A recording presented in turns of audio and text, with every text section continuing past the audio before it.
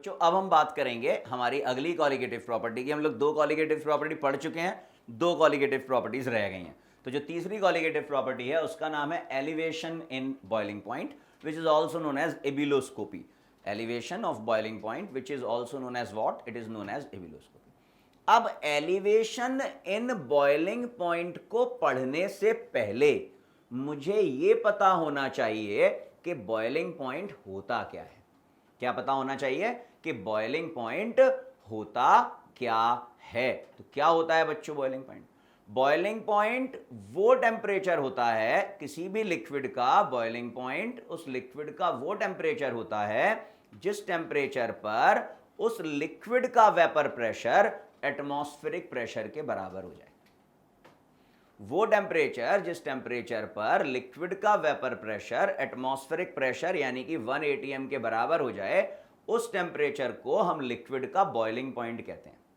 Water के लिए वो टेम्परेचर होता है 100 डिग्री सेल्सियस, यानी कि 100 डिग्री सेल्सियस पर वाटर का वेपर प्रेशर 1 एटमॉस्फेरिक प्रेशर यानी कि 760 mm ऑफ मरकरी के बराबर हो जाता है।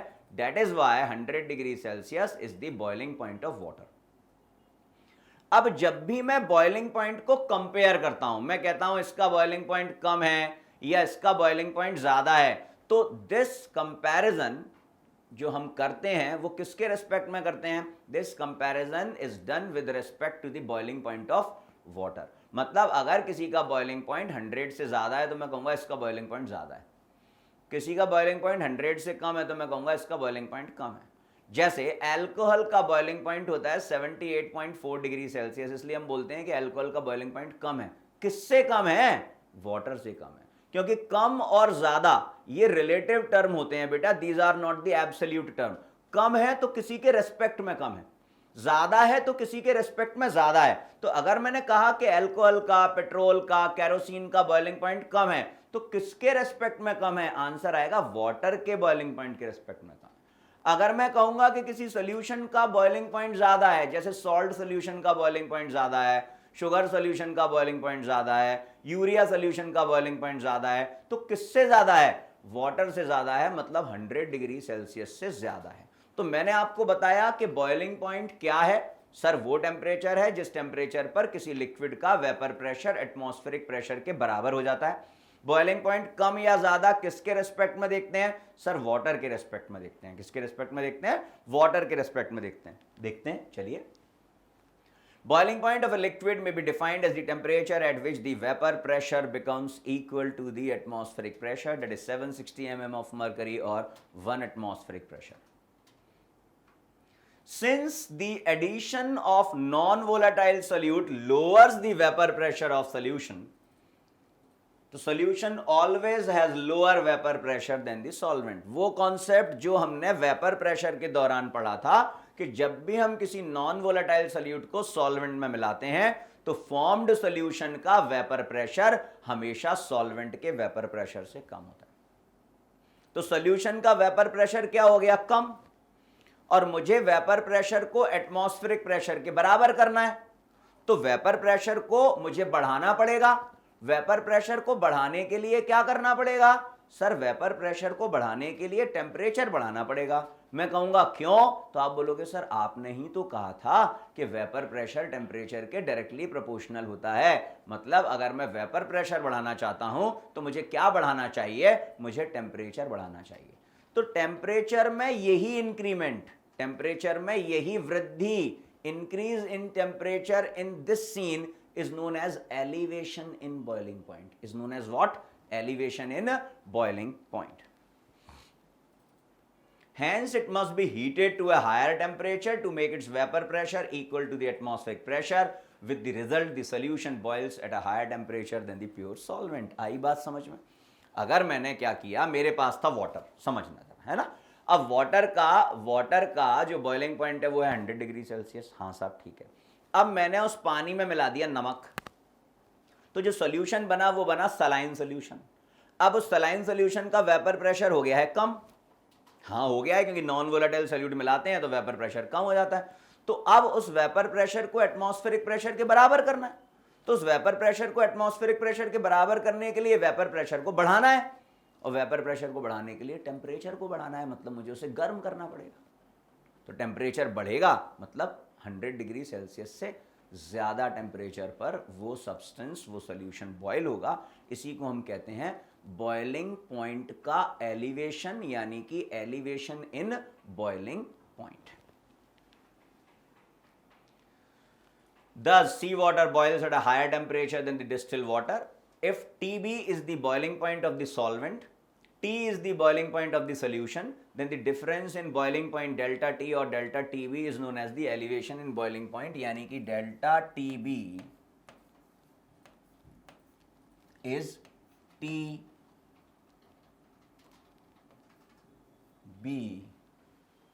कहाँ गया minus T minus TB. Delta TB is equal to T minus TB. T minus TB is delta TB. Elevation in boiling point is determined by the Landsberger method and Cottrell's method. Study of elevation in boiling point of a liquid in which a non-volatile solute is dissolved is known as ebullioscopy. That is why it is known as ebullioscopy. Important relation concerning the elevation in boiling point.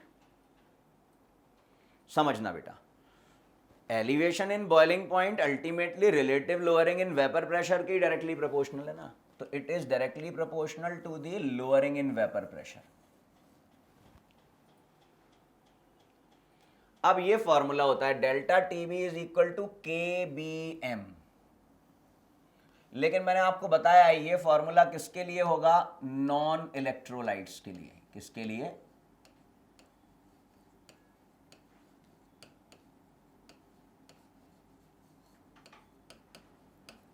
Non electrolytes के लिए। यहां Kb molal elevation constant या एबिलोस्कोपिक constant है, small m molality है और delta TB elevation in boiling point है।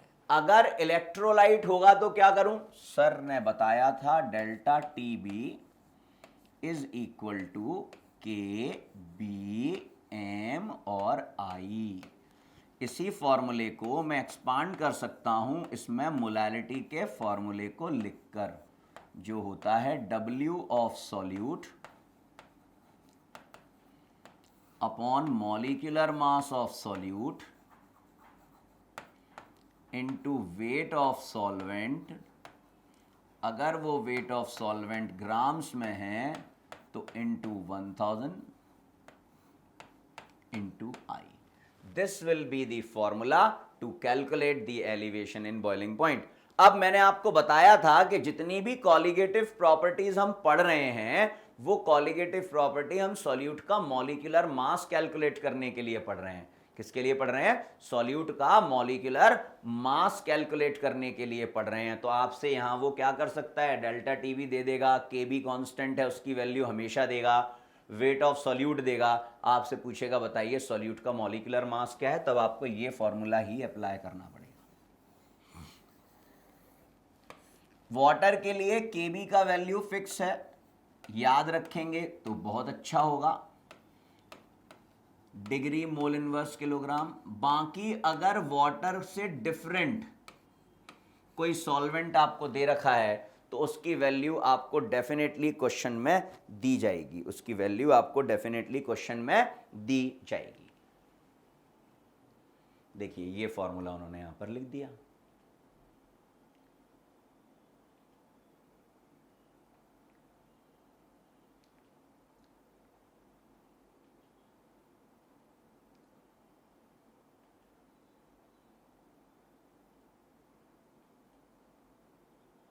चलिए अब जरा इस पर बेस्ड एग्जांपल देखते हैं।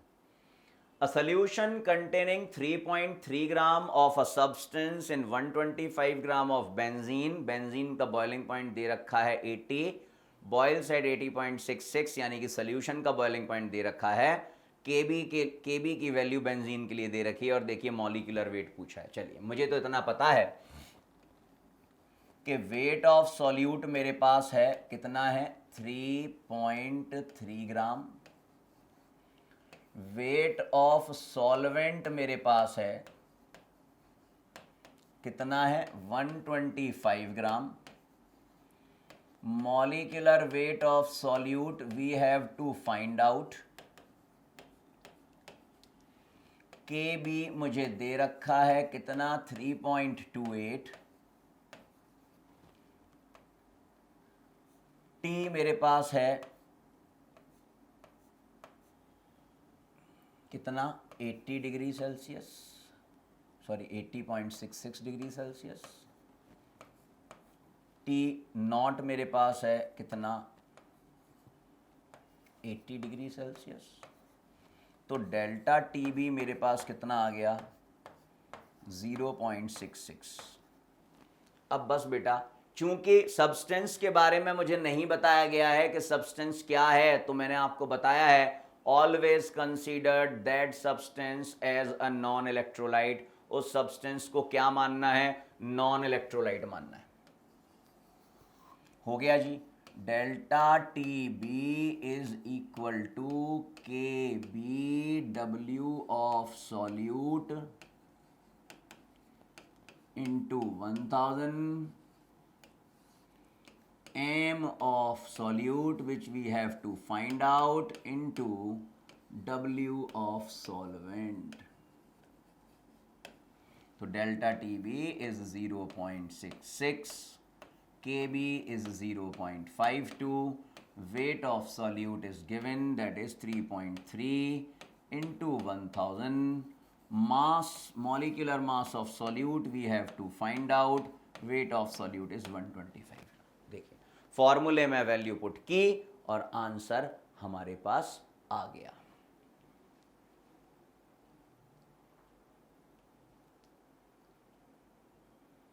अगला क्वेश्चन देखें। अब molal BP constant of water, ये उन्होंने मुझे के बी की वैल्यू दे दी बेटा। किसकी वैल्यू दे दी, के बी की value they the. When 0.1 mole of sugar is dissolve in 200 gram of water, ये उन्होंने मुझे क्या दे दिया, सॉल्वेंट का वेट दे दिया। ये इन्होंने मुझे नंबर ऑफ मोल्स दे दिए। अब वो बोल रहा है कि बताइए सॉल्यूशन का बॉइलिंग पॉइंट क्या होगा। ठीक है, ये तो बहुत अच्छा है। Delta T B is equal to K B M. फिर से उन्होंने मुझे बताया नहीं है, बता दिया शुगर है, शुगर है तो आई की वैल्यू कितनी होगी 1। अब बेटा जरा मुझे फटाफट बताना, क्या मैं m को ऐसा लिख सकता हूं क्या, number of moles upon weight of solvent, और वेट ऑफ सॉल्वेंट चूंकि ग्राम में है तो मैं 1000 से मल्टीप्लाई कर दूंगा इनटू आई। अब देख लो, delta T B is equal to K B की वैल्यू 0.513, n की वैल्यू 0.1 इंटू 1000, आई की वैल्यू शुगर के लिए सर 1, सॉल्वेंट का मास कितना दे रखा है 200 ग्राम्स। तो यहां से मैंने क्या कैलकुलेट कर लिया बच्चों, यहां से मैंने कैलकुलेट कर लिया है डेल्टा टीबी। अब ये तो एलिवेशन इन बॉइलिंग पॉइंट है ना, इतना बढ़ेगा किससे, वाटर से। वाटर का बॉइलिंग पॉइंट कितना है सर, वो तो 100 डिग्री सेल्सियस होता है। तो जो बॉइलिंग पॉइंट आएगा आपका वो आएगा 100 degree Celsius plus delta TB. अब देख लें, ये जाएगा 5 बार, ये हो गया 0.5, 25.25। तो बेटा इसका आंसर जो आएगा 100.256। इसे सॉल्व करेंगे, जो वैल्यू आएगी उसे 100 डिग्री सेल्सियस में सम कर देंगे and you will get your answer. Sir 100 में सम क्यों किया, क्योंकि सोल्यूशन है, बॉइलिंग पॉइंट वाटर से ज़्यादा होगा। आपने जो निकाला है वो निकाला है कितना ज़्यादा होगा, एलिवेशन इन बॉइलिंग पॉइंट, लेकिन उसने आपसे क्या पूछा है, boiling point of solution, not elevation in boiling point.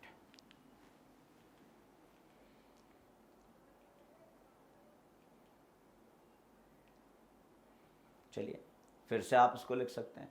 एक सोल्यूशन है यूरिया का जो 100.25 डिग्री सेल्सियस पर बॉयल हो रहा है, तो बोल रहा है बताइए 3 gram of glucose in the same solution will boil. तो बेटा मैं तो सीधा सीधा बोलूंगा कि इस टेम्परेचर पर ही बॉयल होगा। आप बोलोगे सर क्यों, तो मैं कहूंगा देखना जरा बड़े ध्यान से, यूरिया का 1 ग्राम और इसका मॉलिक्यूलर मास कितना 60, तो number of moles of urea कितने आए, number of moles of urea आए 1/60, मोल्स 1/60। अब मेरे पास क्या है, ग्लूकोज, ग्लूकोज का कितने ग्राम है सर, ग्लूकोज का है आपके पास 3 ग्राम, और ग्लूकोज का मॉलिक्यूलर मास कितना है सर, ये है 180। तो number of moles of glucose कितने आ जाएंगे sir, number of moles of glucose आ जाएंगे 3/180। 3/180 का मतलब क्या हो गया सर, ये भी 1/60 हो गया।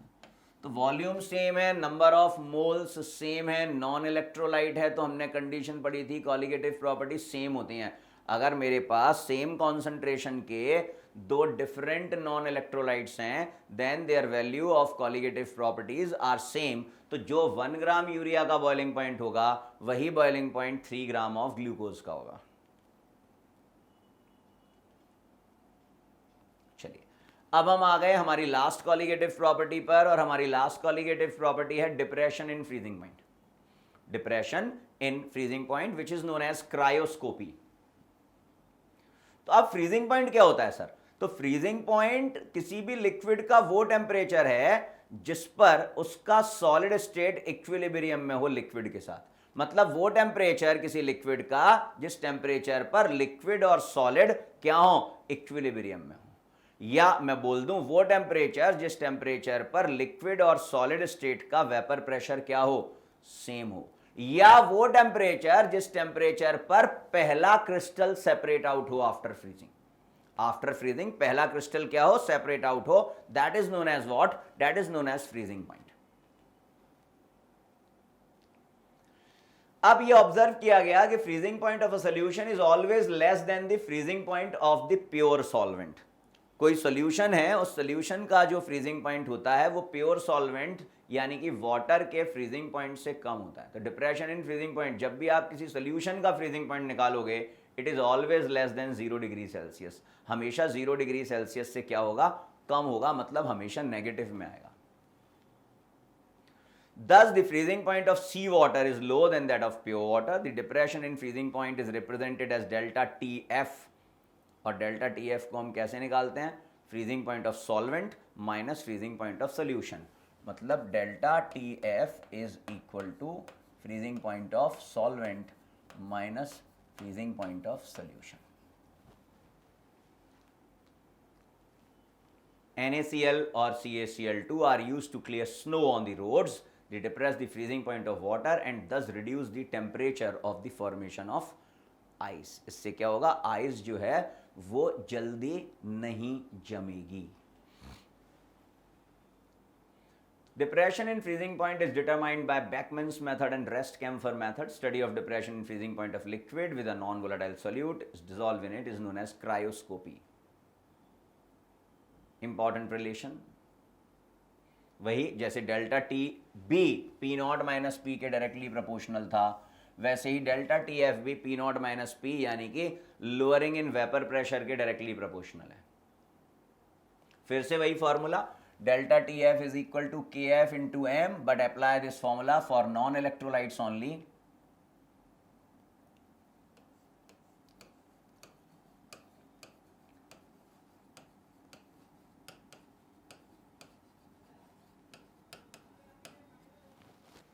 Kf is molar depression constant or cryoscopic constant, m is the molality, and delta Tf is depression in freezing point. This formula may also be written as this. इसमें हमने क्या किया, मोलालिटी का फॉर्मूला लिख दिया।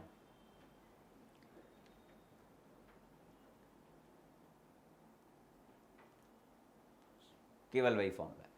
अब देखें आप, relative lowering in vapor pressure, elevation in boiling point and depression in freezing point are directly proportional to osmotic pressure. This is the most important thing. अब आ गए एग्जाम्पल पर, बस लास्ट एग्जाम्पल्स चल रहे हैं, chapter is about to finish. Solution of sucrose, sucrose का solution है, हम इसका 34.2 ग्राम डिसॉल्व कर रहे हैं 1 किलोग्राम ऑफ वाटर में। तो बोल रहा है सोल्यूशन ऑफ का फ्रीजिंग पॉइंट क्या होगा। ठीक है जी, मेरे पास W मुझे दे रखा है, कितना दे रखा है, 34.2 दे रखा है। इसका मॉलिक्यूलर मास मुझे पता है कितना होता है, 342 होता है। W ऑफ सॉल्वेंट मुझे दे रखा है, कितना दे रखा है, 1 किलोग्राम दे रखा है। Kb का वैल्यू दे रखा है मुझे, कितना दे रखा है, 1.86 दे रखा है। What we have to find out, we have to find out the freezing point of the solution. So for the calculation of freezing point of solution, first we have to calculate the depression in freezing point, that is delta TF. Now the formula for delta TF, KFW upon M into W of solvent, चूंकि kilogram में है तो मैं 1000 से multiply नहीं करूंगा, चूंकि sucrose है मतलब नॉन इलेक्ट्रोलाइट है, मतलब I की वैल्यू है 1। वैल्यू पुट कर देते हैं, delta TF is equal to KF that is 1.86, W is 34.2, molecular mass is 342 and weight of solvent is 1 kilogram. Solve कर लेते हैं।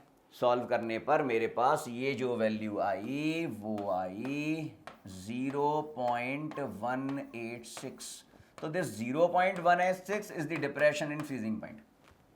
0 में से इसको घटा दूं, यानी कि 273 में से मैं इसको घटा दूं, और अगर 273 में से मैं इसको घटाता हूं तो मेरे पास आंसर आ जाता है 272.814 केल्विन। ये भी ध्यान रखना है कि आपको ऑप्शंस में यूनिट देखनी है, डिग्री सेल्सियस में दे रखी है या केल्विन्स में दे रखी हैं। केल्विन्स में दे रखी हैं तो 273 का गेम हो जाएगा, और डिग्री सेल्सियस में दे रखी है तो कोई बात ही नहीं।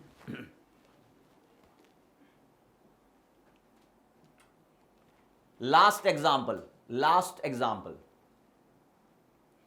an aqueous solution of a weak monobasic acid। ये देखिए बड़ा ही इंपॉर्टेंट केस हो गया, वीक मोनोबेसिक एसिड कंटेनिंग 0.1 ग्राम, यानी कि वेट ऑफ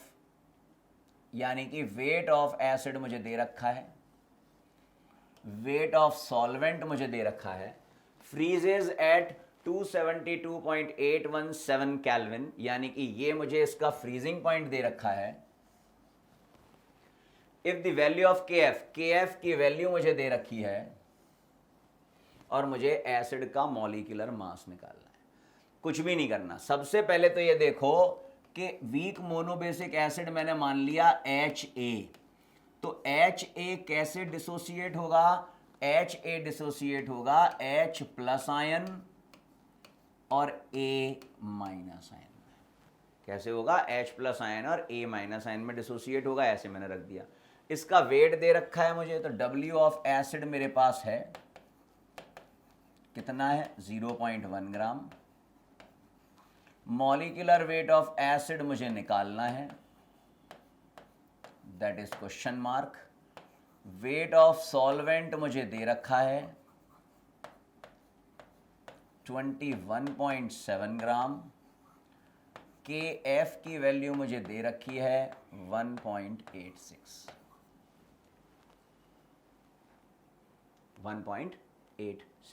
अब मुझसे कह रहा है कि मॉलिक्यूलर मास निकालो। अब बेटा इस क्वेश्चन में जो एक डाटा मिसिंग है ना, वो डाटा जो मिसिंग है वो है डिग्री ऑफ डिसोसिएशन का, क्योंकि I मैं जब तक नहीं निकाल पाऊंगा, और ऐसे केस में मुझे I की विशेष जरूरत होती है, ऐसे केस में मुझे I की विशेष जरूरत होती है। तो मैं यहां आपको मानकर चल रहा हूं कि माना, assumed it as non electrolyte.